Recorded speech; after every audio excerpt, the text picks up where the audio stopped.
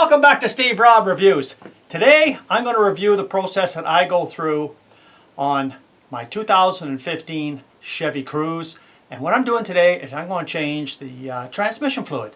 And for a lot of you that has never done this before, the biggest obstacle most do-it-yourselfers run into is, well, the lack of confidence on thinking they can do a job that, frankly, you're going to pay a lot of money for. But this is such a simple procedure. So it's just really a drain and fill, but I do it in a way that's very easy. And I'm going to take you through the process. I'm going to show you what I'm using. You decide what you want to use on your own, but this is the way that I do it. And I'll just tell you, I've been driving vehicles for over 40 years, and I've never had a transmission failure in my life. So what I do is, every 50,000 kilometers or 30,000 miles, I change the transmission fluid. And for a lot of people, they're going to say, well, you don't need to do that. Just look on your manual, because some of them say, filled for life. You don't have to do anything. Well, the fill for life, well, I know too many people that just didn't have too good experiences about the fill for life idea.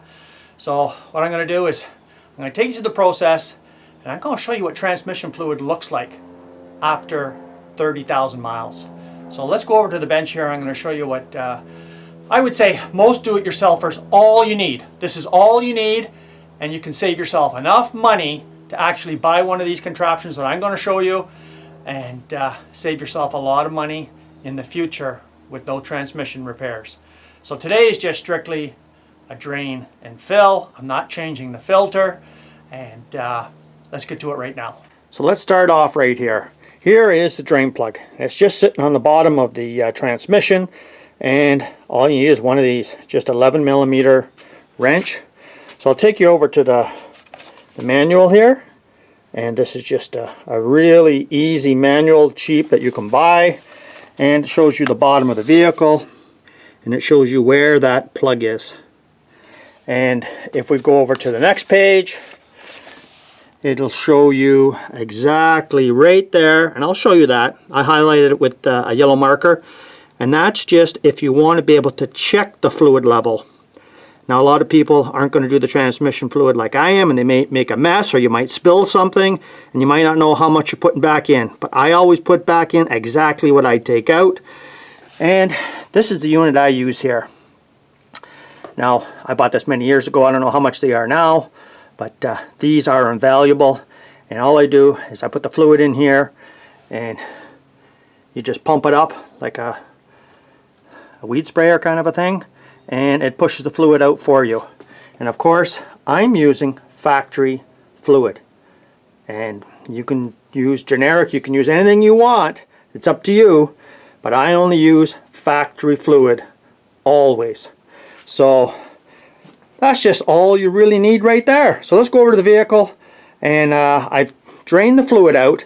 Now I got the fluid in the drain pan, and I'm going to show you what's next. So as you can see, I have two identical containers. They both hold almost 5 liters each. And this is the old transmission fluid. This is for the new transmission fluid. So I want you just to take a look and see. Look at that. 50,000 kilometers. So what I'm going to do is fill it up right there. Now there's a little bit left. So as you can see, the whole idea of this process is you match the identical amount in your second container. So let me take a look and see if I could fit it all in there. I don't know if I'll be able to.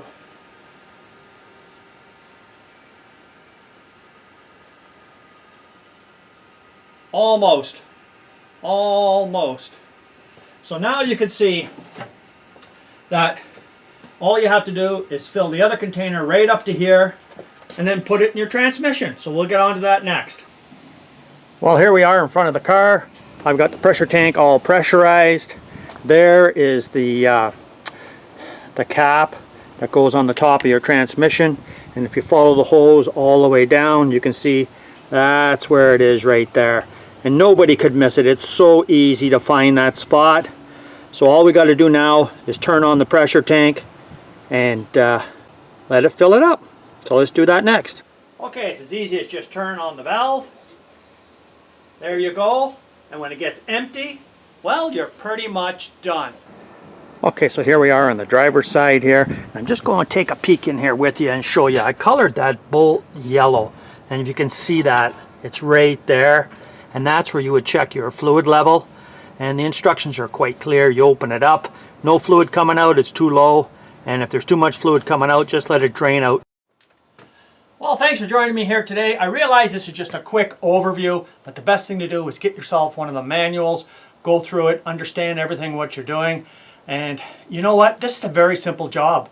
From the time I start until the time I finish is like including taking the tire off, jacking it up, put a jack stand underneath, like a half an hour, that's it, tops. I mean, I've done this so many times that, you know, it's not difficult.